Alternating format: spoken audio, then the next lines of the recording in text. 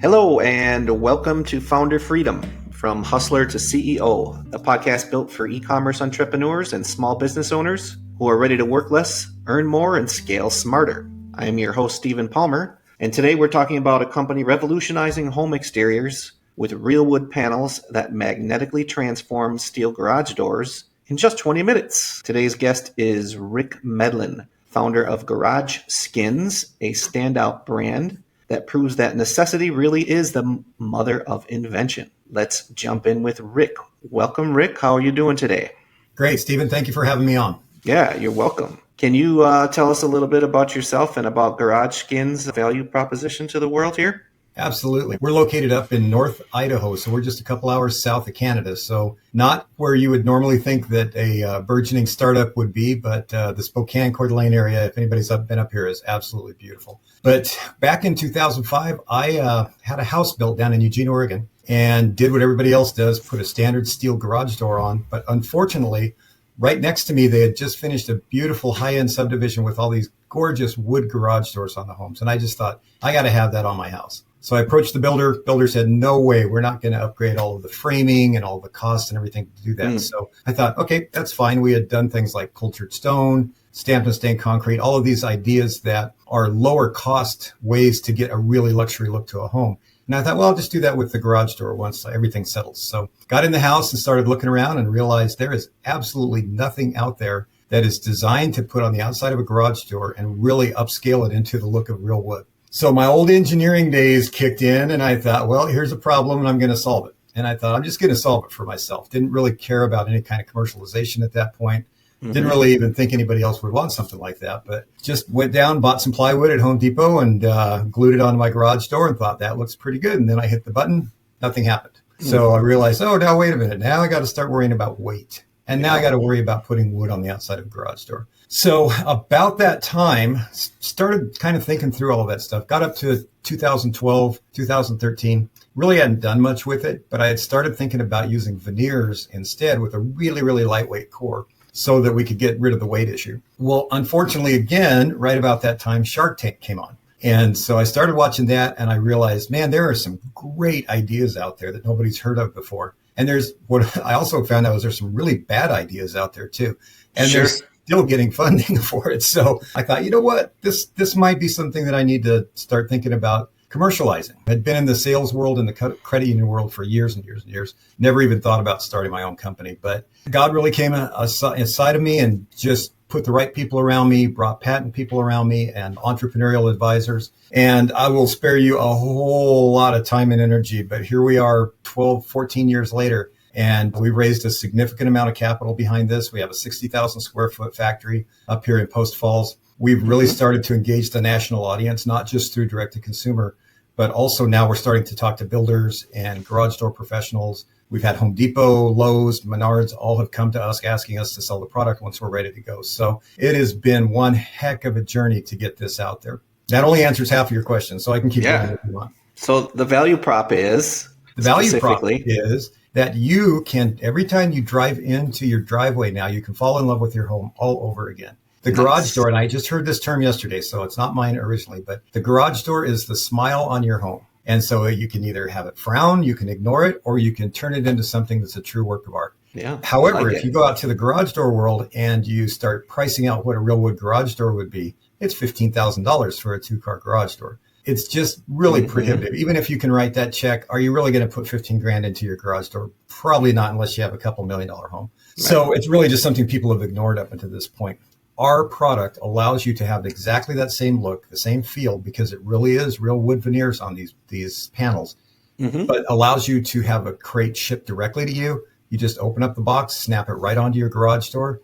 And within about 20 minutes, you have the exact look of a real wood garage door, but realistically for about a third to a quarter of the price of what a real one would cost. Right. So the gap that you solved was how do I have a beautiful garage door without writing a big fat check? That's exactly it. And along the way, we've been able to solve a couple other problems too. If you look at real wood garage doors, after 4 or 5 years, they start looking a little rough. They start getting hairline cracks because of the moisture swelling and shrinking the wood.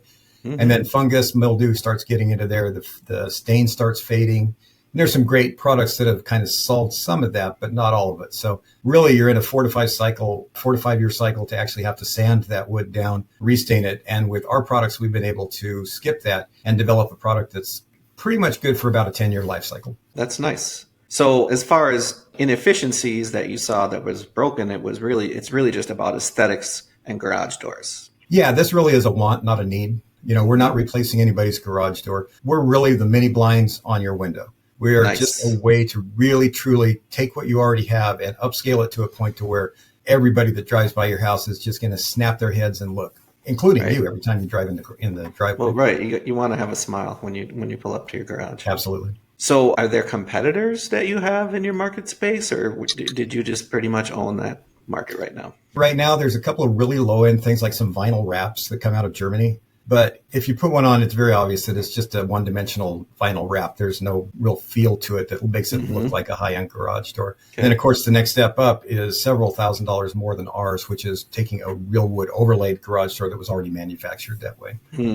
So we're right in the middle. Making it heavier. Making it significantly heavier, which means that you have to upgrade the springs, the motor, and sometimes even the framing. So, it's a big project to put a real wood garage door in. For sure. However, we patented the product back in 2013. So we did get that patent all the way through, and we're excited to have that protection behind us. So don't see any competitors coming in really soon. We're just now starting to develop the market to a point where people would actually look at being a competitor. Our IP is pretty tight. It's good. Good planning. So let's say I'm a new customer. I'm kind of got introduced to your brand somehow, and I've come to your website.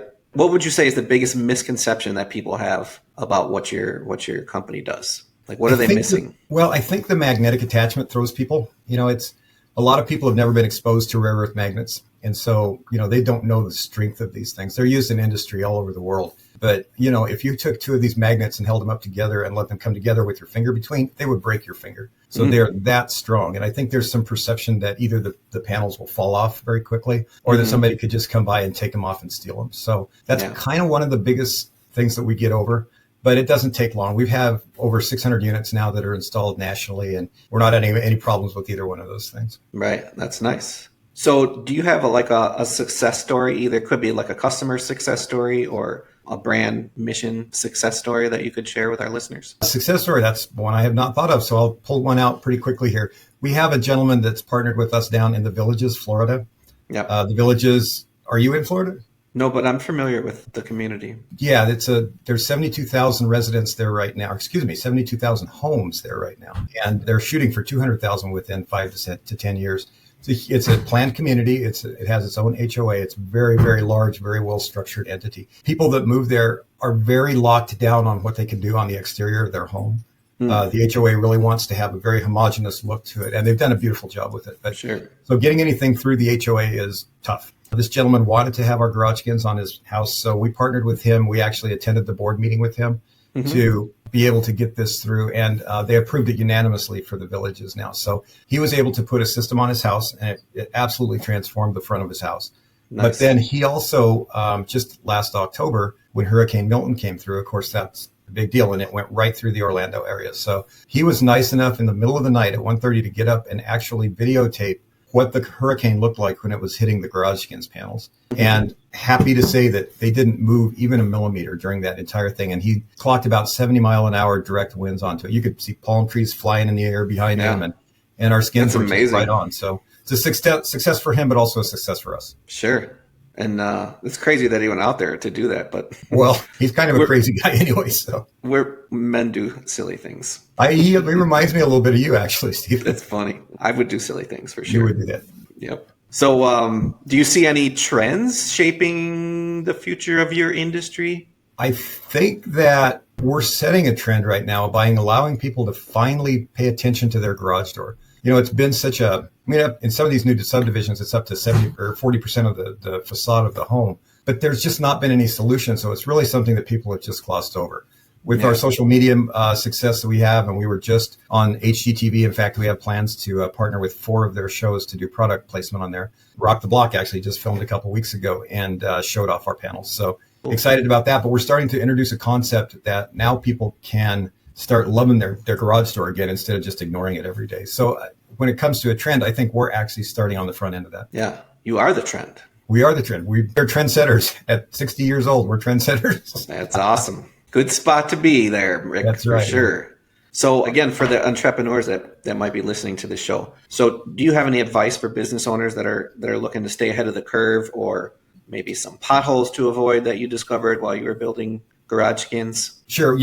I was part of several entrepreneurial groups and, of course, was surrounded with a lot of really good people, not only as mentors, but there was a lot of great companies that were kind of in my own state. The ones that I saw succeed were the ones that really, truly had something that was different. We saw a ton, as we were coming up, Facebook was really coming on strong. All of these social media platforms were, and it just seemed like I was surrounded with all of these Me Too companies that everybody had a new version of Facebook or a new version of Instagram or LinkedIn or whatever it was. So it was challenging to watch those people sink their life savings into chasing something like that. And most of them never succeeded. So I would say that if you're an entrepreneur, especially if you're just coming out of college or something, find a problem that nobody has thought about yet. Find a problem that nobody has solved and go solve that. And you will be highly successful if you do that.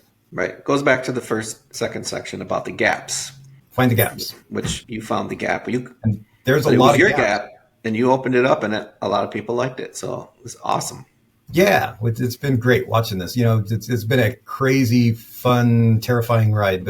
And by the way, for another piece of advice to entrepreneurs, you better have skin 2 inches thick with armor plating, because first of all, everybody will tell you what a great idea you have. Second of all, everybody will tell you what a horrible idea you have, and it'll never fit, and it'll work. But the only people that matter are the people that are going to invest in your company, that are going to partner with you as true partners, or people that are going to buy your product. And so everybody else is just noise.